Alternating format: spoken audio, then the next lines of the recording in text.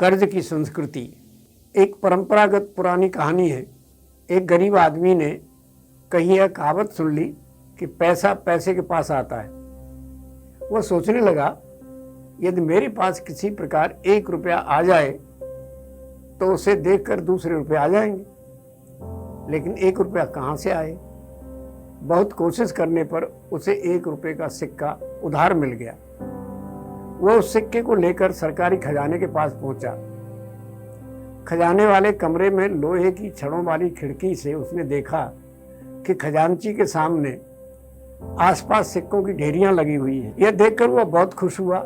उसने अपने सिक्के को अंगूठे और उंगली के बीच में कसकर पकड़ा और खिड़की की छड़ों के बीच में रखकर खजाने के सिक्कों को बुलाने लगा, आजा आजा आजा।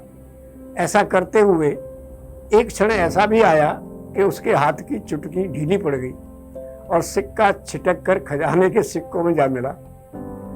गरीब के पैरों के नीचे से जमीन ही खिसक गई। वह रोने लगा। खजांची ने जब उससे पूछताछ की तो सारा किस्सा सामने आया। खजांची ने हंसते हुए कहा, कहावत तो सच है, रुपया रुपयों के पास चला गया। तुम भोले हो, यह नहीं जानते हो कि पैसा पैसे के पास जाता तो है, लेकिन उधर जाता है जिधर ज्यादा पैसा होता है।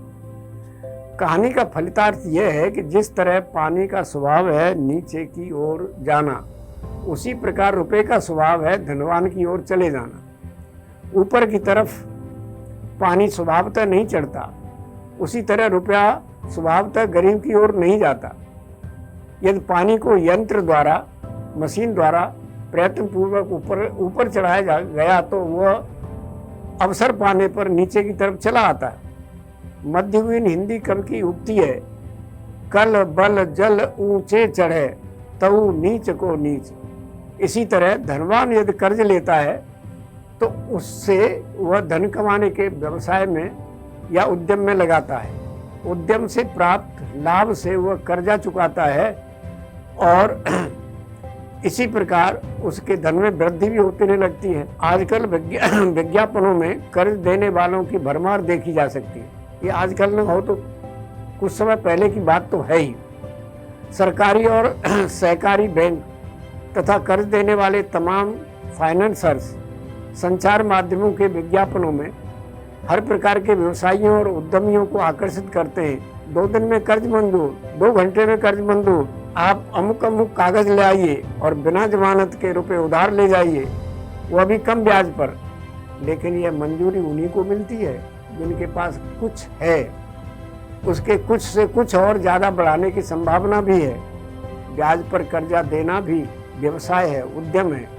कुछ लोग बैंकों से या किन्हीं अन्य संस्थानों या व्यक्तियों से कम ब्याज पर कर्जा लेते हैं और उसे बाजार में अधिक ब्याज पर उठाते हैं। किस्तें चुकाना और इस प्रकार की पूंजी बढ़ाते जाना तथा संसार के सुख चैन भोगते रहना कर्जे की संस्कृति है। लोकायत दर्शन के प्रतिपादक ऋषि चार्वाक ने कर्जे की इसी संस्कृति की ओर लक्ष्य करके कहा था, ऋणम कृत्वा घृतम पिबेत। निश्चय ही चार्वाक भौतिकवादी विचारक थे। कुछ आलसी, निकम्मे और बेईमान किस्म के लोगों ने उनके सूत्र की गलत व्याख्याएं की है। चार्वाक इतने नासमझ तो नहीं थे जो इतना भी नहीं जानते हों कि आलसियों और निकम्मों को घी दूध पीने के लिए कर्जा कौन देगा और कब तक देगा। इसकी सीधी सी व्याख्या यह है कि ऋण लो और उसे व्यवसाय या उद्यम में लगाओ और मुनाफा कमाकर घी दूध पियो और मलाई खाओ। आर्थिक प्रबंधन शास्त्र का एक सूत्र यह भी है कि जो बात दूसरों के पैसे से साधी जा सकती है वह अपने पैसे से जहां तक संभव हो मत करो। यही है ऋण की संस्कृति। इसी संस्कृति के कारण अमीर और अमीर होते जाते हैं और गरीब और भी गरीब होते जाते हैं। हमारी सरकारें देहाती किसान मजदूरों की गरीबी दूर करने के लिए कर्ज वितरण की नई नई योजनाएं बनाती रहती हैं। पिछले 50-60 वर्षों के अंतर्गत अरबों खरबों रुपया कर्ज के रूप में किसानों को दिया गया, लेकिन भारतीय किसान है कि उसकी गरीबी दूर ही नहीं होती, बल्कि कर्जे के बोझ से तंग आकर वह कहीं कहीं आत्महत्या करने लगता है। यह इसलिए कि वह गरीब है। गरीबी और अज्ञान दोनों का चोली दामन का साथ है। जब तक अज्ञान रहेगा जब तक अज्ञान रहेगा गरीबी दूर नहीं हो सकती।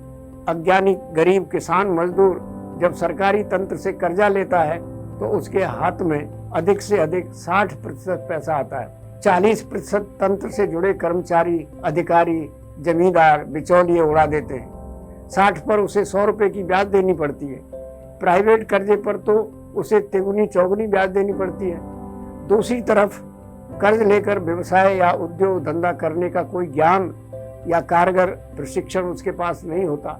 हाथ में आए कर्ज के पैसों से वे अनुत्पादक कार्यों में खर्च कर देते हैं। अंततः पैसा वहीं चला जाता है जिधर उसकी स्वाभाविक गति है। गरीब को ब्याज चुकाना मुश्किल हो जाता है। कर्ज लेकर मलाई खाने की संस्कृति वो फिट नहीं बैठता। इसी प्रकार की संस्कृति का संस्कार उसके पास है ही नहीं। इसलिए उसकी गरीबी दूर करनी है तो उसे पहले व्यवसाय या उद्यम करने की संस्कृति में प्रशिक्षित करना चाहिए। चीनी भाषा की एक कहावत है कि भूखे को मछली मत दो, उसे जाल बुनना सिखाकर मछली पकड़ना सिखाओ। अज्ञानी गरीब को कर्जा देने से वो और भी गरीब बनेगा। कर्ज की संस्कृति भी बलवान को ही पोषती है, निर्बल या गरीब को नहीं। किसी ने ठीक ही कहा है, सबय सहायक सबल के, निबल न कोई सहाय, और बयार जरावते आग को दीपय दे बुझाए।